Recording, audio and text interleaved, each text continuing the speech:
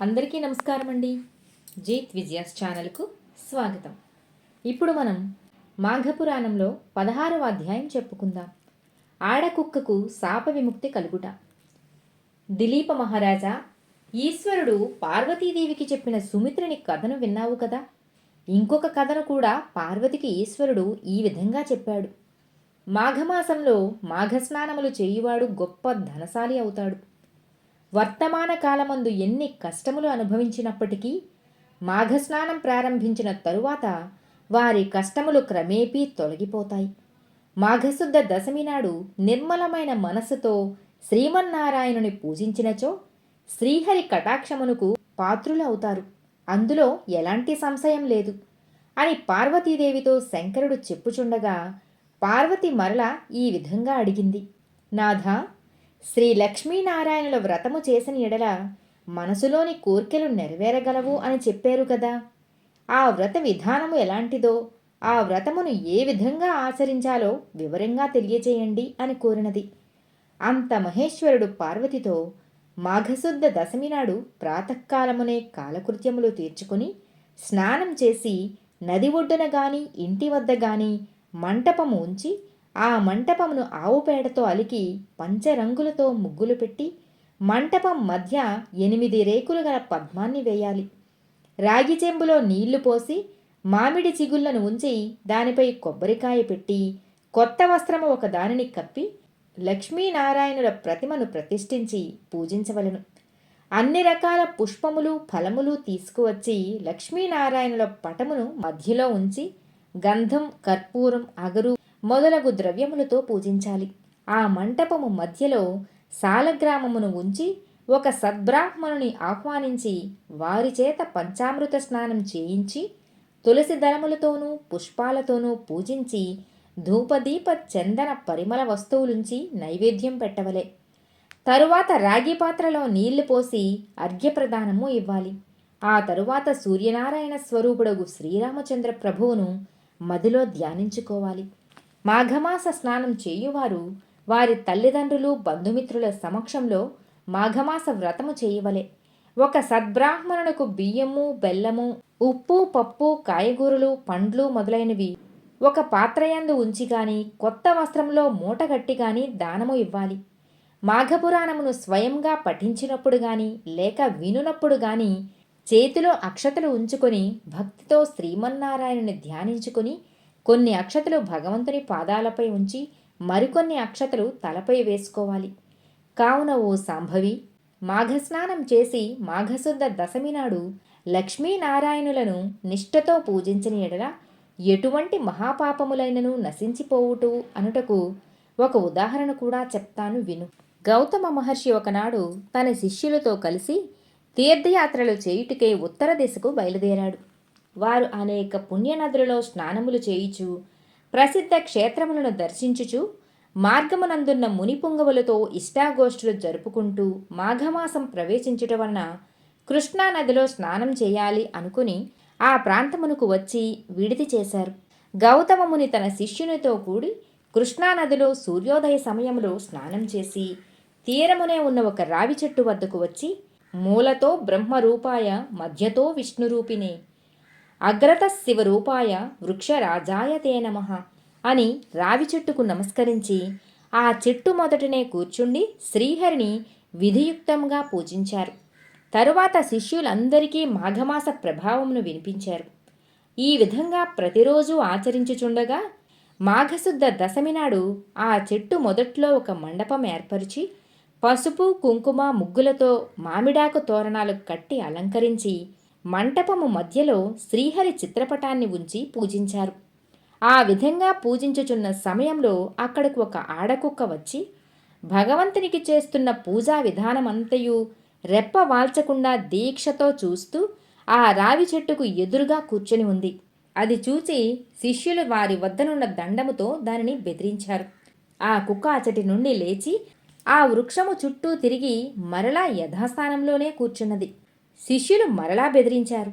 ముందు చేసినట్లే రెండవసారి కూడా ఆ మండపం చుట్టూ తిరిగి వచ్చి అక్కడే కూర్చున్నది.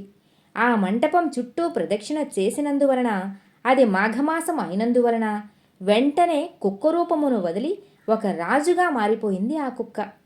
ఆ రాజు అన్ని ఆభరణాలు ధరించినవాడై మునుల ఎదుట నిలబడి మునులందరికీ నమస్కరించాడు.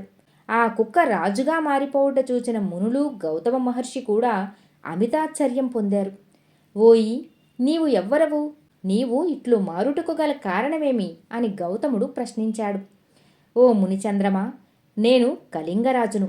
మాది చంద్రవంశం. నా పేరు జయచంద్రుడు. నాకు అన్ని విద్యలందునూ ప్రావీణ్యం కలదు. నా దేశ ప్రజలను ధర్మ మార్గమును పరిపాలన చేయుచూ ఉన్నాను. దానధర్మములనినా నాకు ఎంతో ప్రేమ. నేను అనేక దానాలు చేసి ఉన్నాను. గోదానం, భూదానం, హిరణ్య సాలగ్రామ దానాలు కూడా చేసి ఉన్నాను. ఎక్కువగా అన్నదానం, తిలదానం చేసి ఉన్నాను. అనేక ప్రాంతములలో చెరువులు, బావులు కూడా తవ్వించి బాటసారులకు నీడని ఇచ్చు నిమిత్తం అన్నసత్రములు, మంచినీటి చలివేంద్రములు, మరెన్నో పుణ్యకార్యాలు చేసి ఉన్నాను. అనేక దేవాలయాలను నిర్మించి దైవ విగ్రహాలను కూడా ప్రతిష్ఠించాను. సద్బ్రాహ్మణుల చేతను, వేదాలు చదువు పండితుల చేతను ఎన్నో క్రతువులు చేయించాను. పురాణాలలో ఉన్న అన్ని ధర్మాలను చేసి ఉన్నాను. కానీ నేను కుక్కరూపం పొందటానికి కారణం లేకపోలేదు. ఆ కారణం కూడా మీకు తెలియజేస్తాను. ఒక దినమున ఒక ముని పొంగవుడు గొప్ప యజ్ఞము ఒకటి తలపెట్టాడు. యజ్ఞం చేయవలనన్న సామాన్య విషయం కాదు కదా. దానికి కావలసిన దానం, వస్తు సముదాయం చాలా కావాలి. కాబట్టి ఆ ముని పొంగవుడు నా వద్దకు వచ్చి అర్థించాడు. మునిసత్తముడు వచ్చిన వెంటనే ఎదురేగి కాళ్ళు కడిగి ఆ నీళ్లు నా శిరస్సుపై చల్లుకొని కుశల ప్రశ్నలు అడిగాను. ముని ఎంతగానో సంతోషించి, రాజా, నీకు గుప్త విషయములు తెలియజేస్తాను. ఈ మాసంలో మకర రాశి యందు సూర్యుడు ప్రవేశించును. ఆ రోజు సూర్యోదయమైన తరువాత నీవు స్నానం చేసి భక్తి శ్రద్ధలతో మాఘమాస మహాత్మ్యము చదువుట గాని లేక వినుట గాని చేయాలి. దానివలన నీకు వైకుంఠ ప్రాప్తి కలుగును అని, అదియును కాక అశ్వమేధయాగం చేసిన ఎడల ఎంతటి ఫలితం కలుగునో అంతటి ఫలము గాని, తీర్థస్నానాలు చేయిగా వచ్చిన ఫలము గాని, లేక ఇంకను దానపుణ్యములు అనగా 5 యాగాలు చేసినంత ఫలము గాని నీవు పొందగలవు. మాఘశుద్ధ సప్తమి ఆదివారం వచ్చిన గాని, దశమి ఆదివారం వచ్చినా కానీ ఉదయమే స్నానం చేసినా మరియు మాఘ పౌర్ణమి రోజు ఉదయమునే స్నానం చేసినా మానవుని సమస్త పాపములు మటుమాయమవుతాయి. ఒకవేళ ఇతర జాతుల వారైనను మాఘమాసమంతటా నిష్ఠతో నదీ స్నానము చేసి దానధర్మాలు, మాఘపురాణము చదివినను లేక వినను మరుజన్మలో బ్రాహ్మణుడై జన్మించును అని ఆ మునివర్యుడు నాతో చెప్పగా నేను అతనిని అవమానించినట్లు మాటలాడి ఇట్లంటిని. అయ్యా మునిసత్తమా, మీరు చెప్పిన విషయాలు అన్నీ నాకు తెలుసు. ఇవన్నీ బూటకములు. వాటిని నేను నిజమని నమ్మను. ఇవన్నీ అతిశయోక్తులు తప్ప మరొక్కటి కాదు. కావున నేను మాఘస్నానములు, ధన ధాన్యాదులు, పూజా నమస్కారములు ఆచరించుట గాని చేయను. చలిదినములలో చన్నీలు స్నానములు చేయుట ఎంత కష్టము. ఇక నాకు ఈ నీతి బోధలు చెప్పవద్దు. నాకున్న ఫలము చాలు అని ఆ మునితో అన్నాను. నా మాటలు విన్న మునికి కోపం వచ్చి ముఖం చిట్లించుకొని, సరే అయితే నేను చెప్పవలసినది చెప్పి తిని, అది నా ధర్మము అని చెప్పి యజ్ఞమునకు కావలసిన ధనమును తీసుకోకుండా వెళ్ళిపోబోయాడు. అంతట నేను ఆ ముని చేతులు పట్టుకొని బ్రతిమిలాడగా చివరకు ముని అంగీకరించి ధనము తీసుకొని పోయాడు. ఆ విధంగా నేను కొంతకాలము రాజ్యమేలి ప్రాణములు విడిచితిని. తరువాత నాకు కుక్క జన్మ ప్రాప్తించినది. నా పాప ఫలమేమో గాని కుక్కగా 7 జన్మలు బాధపడితిని. ఇప్పుడు మీరు చేసే పూజాస్థలము చుట్టూ 3 మార్లు ప్రదక్షిణలు చేసినందువలనే నా పూర్వజన్మ నాకు కలిగినది. దైవయోగమును ఎవ్వరునూ తప్పించలేరు కదా. ఇట్లు కుక్క జన్మతో ఉండగా మరలా నాకు పూర్వజన్మ ఎట్లు సంక్రమించినదో వివరించవలసినదిగా కోరుచున్నాను అని రాజు అన్నాడు. ఆ రాజు చెప్పిన వృత్తాంతమునకు ఆ ముని ఆశ్చర్యపడి, మాఘమాసమును నీవు చులకనగా చూచుట వలనే ఎంతటి విపత్తు కలిగినదో నీ అనుభవమే చెప్పుచున్నది.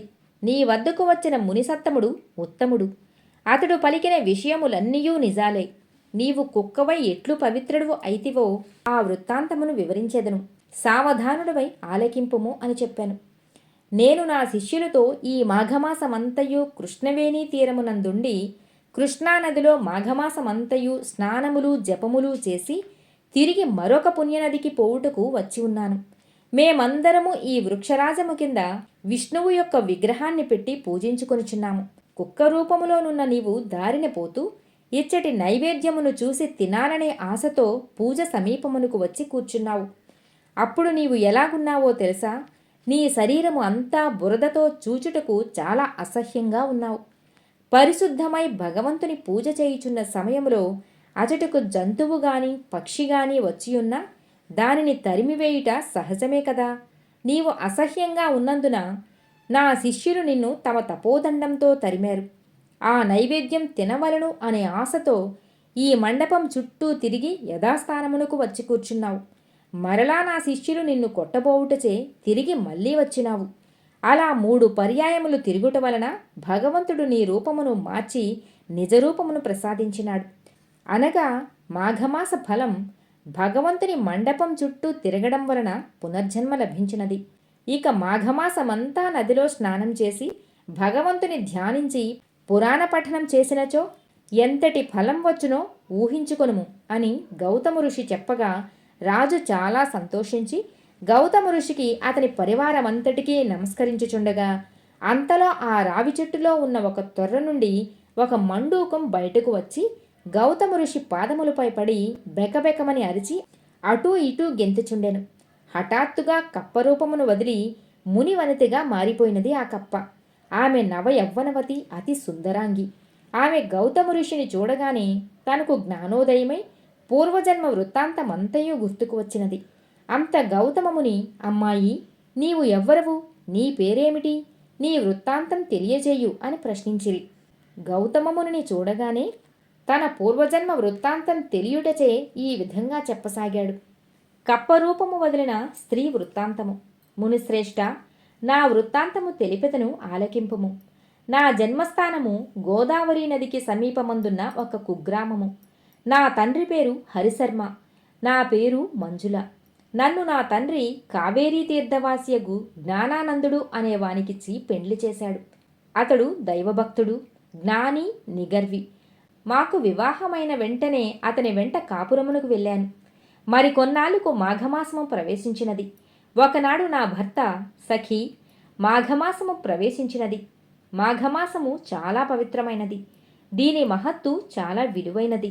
నేను నా చిన్నతనము నుండి ప్రతి సంవత్సరము మాఘస్నానములు చేయుచున్నాను. నీవు నా భార్యవు కావున నీవును ఈ మాఘమాసమంతయు ఈ కావేరీ నదిలో స్నానమాచరించాలి. ప్రతిరోజు ప్రాతకాలమే నిద్ర నుండి లేచి కాలకృత్యాలు తీర్చుకొని సూర్యుడు ఉదయించిన వెంటనే నదిలో స్నానం చేయాలి. ప్రభాత సూర్యునికి నమస్కరించిన తరువాత నది ఒడ్డున విష్ణువు యొక్క చిత్రపటము పెట్టి పువ్వులతోనూ మంచి గంధము, అగరు, ధూపదీపములను వెలిగించి స్వామికి ఖండశర్కర, పటిక బెల్లం నైవేద్యం ఇచ్చి నమస్కరించవలను. తరువాత తులసి తీర్థము తీసుకుని తలకు రాసుకోవాలి. మన కుటీరమునకు వచ్చి మాఘపురాణమును రోజుకొక అధ్యాయము చొప్పున చదవాలి. మన కుటీరమునకు వచ్చి మాఘపురాణమును రోజుకొక అధ్యాయము చొప్పున చదవాలి. దీనివలన నీకు గొప్ప ఫలితాలతో పాటు నీ 5వ తనము కూడా చల్లగా ఉండును అని హితబోధ చేశాడు. నేను అతని మాటలను వినిపించుకోక రుసరుసలాడి అతనిని కోపముగా చూచితిని. నా భర్త శాంతస్వరూపుడు అయినను నేను హద్దుమీరి మాట్లాడుటచే అతనికి కోపం వచ్చి శపించాడు. ఓసి మూర్ఖురాలా, నా ఇంటికి వచ్చి నా వంశాన్ని ఉద్ధరిస్తావనుకున్నాను. ఇంత దైవద్వేషివని నాకు తెలియదు. నీవిక నాతో ఉండుటకు తగనిదానవు. మాఘమాస వ్రతము నీకు అంత నీచముగా కనిపించినదా? నీ పాపము నిన్నే శిక్షించును. కావున నీవు కృష్ణానదీ తీరమునందు ఉన్న రావి చెట్టు తొర్రలో కప్పరూపంతో జీవింతువుగాక అని నన్ను శపించాడు. వారి సింహగర్జనకు వణికిపోయాను. వారి శాపమునకు ఎంతో భయపడిపోయాను. వారి రౌద్రాకారమును చూడలేకపోయాను. అప్పుడు నాకు జ్ఞానోదయము కలిగినది. నా తప్పు నేను తెలుసుకున్నాను. అయ్యో, ఎంత మూర్ఖంగా ప్రవర్తించాను అని పశ్చాత్తాపపడి వెంటనే భర్త పాదములపై పడి 2 పాదాలు పట్టుకుని, నాకు ఈ శాపము ఎట్లు పోవును? మరలా మిమ్మల్ని ఎట్లు కలుసుకొందును? నాకు ప్రాయశ్చిత్తము లేదా అని అనేక విధములుగా ప్రార్థించాను. అప్పుడు నా భర్త కొంతసేపు ఆలోచించి ఒక గడువు పెట్టి ఈ విధంగా చెప్పాడు. గౌతమ మహర్షి గోదావరి నదీ తీరమందున్న తన ఆశ్రమము నుండి ఉత్తరదేశ యాత్రలు చేయుటకు బయలుదేరి తిరిగి మాఘశుద్ధ దశమి నాటికి కృష్ణానదీ స్నానము చేయుటకు అచ్చటకు వచ్చెదరు. అలాంటి సమయంలో నీవు వారిని దర్శించినచో ఆ మహర్షి ప్రభావము వలన నీకు నిజరూపము కలుగును అని చెప్పాను. ఆ విధంగా నేను కప్పరూపము దాల్చితిని. నా భర్త కూడా నా మూర్ఖత్వమునకు ఎంతో బాధపడ్డాడు.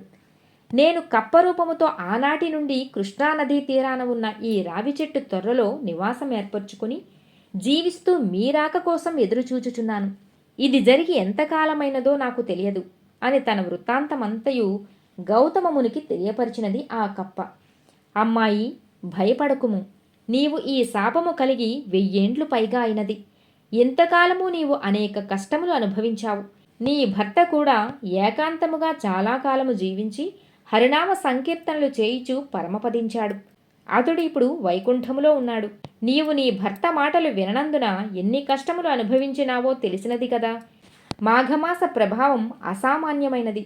సకల సౌభాగ్యాలు, పుత్ర సంతతి, ఆరోగ్యము కలుగుటియే కాక మోక్ష సాధనమైనట్టిది కూడా. దీనికి మించిన మరొక వ్రతము లేదు. విష్ణుమూర్తికి ప్రియమైన వ్రతం ఇది. నీ భర్త దూరదృష్టి గల జ్ఞాని. నిన్ను పెండ్లియాడిన తరువాత తన వంశాభివృద్ధి చేసుకొనవలను అనే ఆశతోనే ఉండేవాడు. కానీ నీ వలన అతనికి ఆశలన్నీ నిరాశలైనవి. నీ మూర్ఖత్వం వలన నీ భర్తకు కోపము కలిగి నిన్ను శపించవలసి వచ్చినది. నిన్ను నీటిలో స్నానం చేయమన్నాడు. నీవు చేయనని అన్నావు. అందులకు నీకు నీరు దొరకకుండా చెట్టు తొర్రలో జీవించమని శపించాడు. ఈరోజు నా సమక్షములో దైవ సన్నిధిన పడినందున నీ భర్త శాపము ప్రకారము మరలా నీ నిజరూపము పొందగలిగినావు. అందులో ఇది మాఘమాసము, కృష్ణానదీ తీరము కాగా ఇంకను మాఘమాస వ్రతమునకు మంచి సమయము, నీకు అన్ని విధాలా అనుకూలమైన రోజు. అందుచే నీవు వెంటనే శుచువై రమ్ము. స్త్రీలు గాని పురుషులు గాని ఈ సమయంలో ప్రాతకాలమునే స్నానము చేసినచో విష్ణు సాన్నిధ్యమును పొందుతారు.